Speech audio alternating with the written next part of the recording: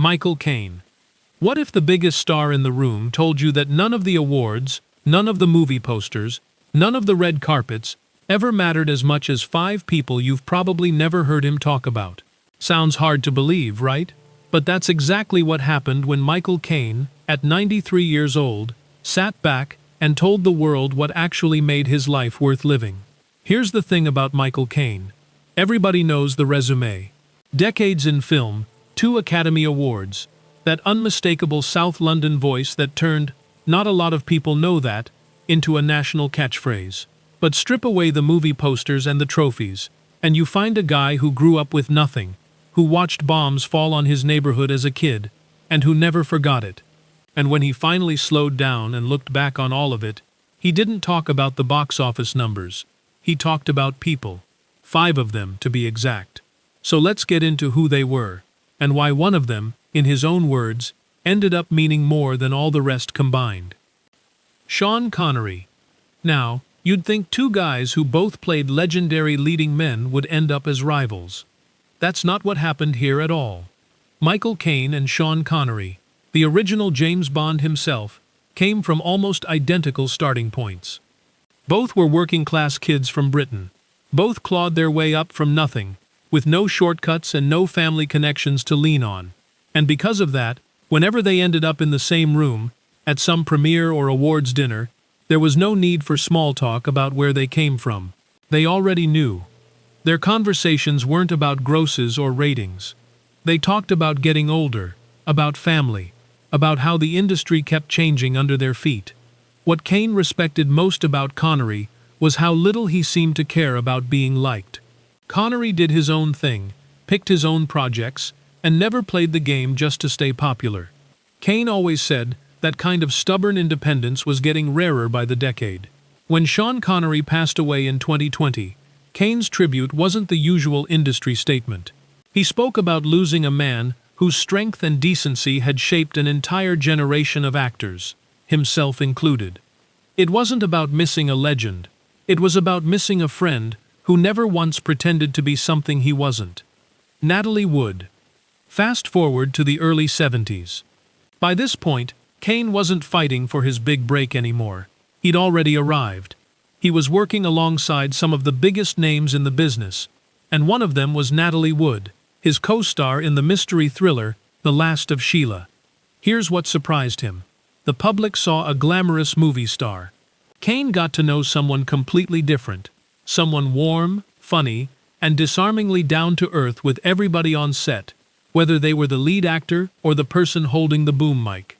Between takes, the 2 of them talked about the strange weight of fame, how impossible it was to have a normal life once the whole world knew your face. Caine picked up on something underneath her smile, a kind of quiet exhaustion that most people never noticed. And that's what made her death in 1981 hit so hard. It wasn't just Hollywood losing a star, it was Caine losing someone who'd shown him that kindness could actually survive in an industry built on ego. In later years, whenever her name came up, he steered away from the tabloid noise and spoke only about her warmth and her professionalism. That was the Natalie Wood he chose to remember. Roger Moore. Now here's a friendship that lasted for what felt like forever. Michael Caine and Roger Moore went way back, long before either of them was famous, and their bond never had a single ounce of competition in it. Same rough beginnings, same uphill battle for a shot in the business, same refusal to forget where they came from once they'd made it big. People who knew them both say the 2 could sit for hours and never once bring up their films. Football, family, old mates, silly stories. That was the actual content of a Caine-Moore hangout. Caine loved Roger's effortless charm, and Roger, in turn, admired Caine's discipline and blunt honesty. They showed up for each other at charity events, backed each other's projects, and grabbed dinner together whenever schedules lined up, away from any cameras. And through it all, Caine would say the same thing about his old friend. Fame changed plenty of people, but it never touched Roger. He stayed exactly who he'd always been. When Roger Moore died in 2017, Caine didn't give some polished career retrospective. He talked about a friend, plain and simple, one whose warmth never dimmed no matter how many years passed. It was the kind of loss that reminds you just how few people actually make it that deep into your life.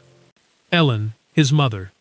Before any of the fame, before a single film camera ever pointed his way, there was his mum, Ellen. She never wanted the spotlight, and never imagined her son would become one of the most recognizable actors on the planet. Her whole world was just getting the family through hard times in South London. And hard times is putting it lightly. His dad worked brutal hours down at the fish market. Then the war hit, and suddenly air raid sirens and bomb shelters were just part of growing up. But when Caine talked about those years later in life, fear wasn't the headline. His mother's grit was. No matter how bad things got, Ellen refused to let her boys give up hope. She drilled into him that honesty and hard graft mattered more than money ever could, even when there genuinely wasn't any money to speak of. That lesson followed him straight into his acting career. Through every rejection, every audition that went nowhere, every year when quitting would have been the easy call, he said he could still hear her voice telling him not to let a bad stretch decide his future. Long after he'd made it, he still credited her, more than anyone, for keeping his feet on the ground. Shakira, his wife. And then there's the story Caine loved telling more than any other, mostly because it sounds completely made up.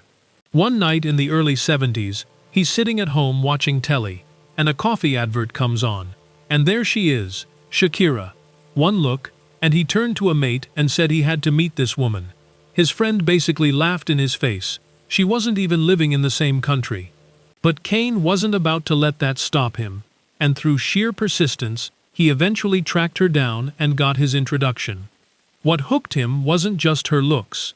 It was that she wasn't remotely impressed by the movie star thing. She saw a man, not a marquee name, which turned out to be exactly what he'd been missing without realizing it.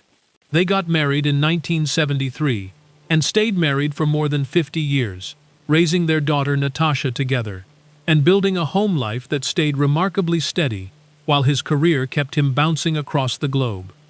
They skipped the publicity chase that so many celebrity couples fall into, preferring quiet nights in over flashbulbs. Caine always pointed to one simple thing as the secret: respect. They listened to each other, they trusted each other, and neither one ever let the job outrank the marriage. As the decades rolled by, and the awards piled up, Caine's appreciation for Shakira only deepened. He'd say, straight up, that no ovation or golden statue ever came close to knowing someone would be there when the lights went down. By 93, having lived through basically everything a career can throw at a person, his conclusion was almost embarrassingly simple. The best role he ever played wasn't on any screen. It was being her husband. So here's the thing. This whole story is really about. Michael Caine spent 70-plus years being one of the most celebrated actors alive, and when it came time to sum it all up, he didn't reach for the trophies. Sean Connery taught him what quiet integrity looks like. Natalie Wood showed him that decency can survive even in a cutthroat industry. Roger Moore proved that real friendship doesn't need an expiration date. His mother, Ellen, gave him the backbone to keep going when everything said quit. And Shakira gave him the one thing fame never could: somewhere to actually come home to. Maybe that's the real takeaway here, and maybe it's worth sitting with for a second. We spend so much energy chasing the applause, but in the end, most of us won't remember it either. We'll remember the people who stuck around after it stopped. So tell me, out of everyone on this list, which relationship hit you the hardest? Drop it in the comments. I actually want to know. And if stories like this, real ones about the people behind the fame, are your kind of thing, go ahead and hit subscribe so you don't miss the next one.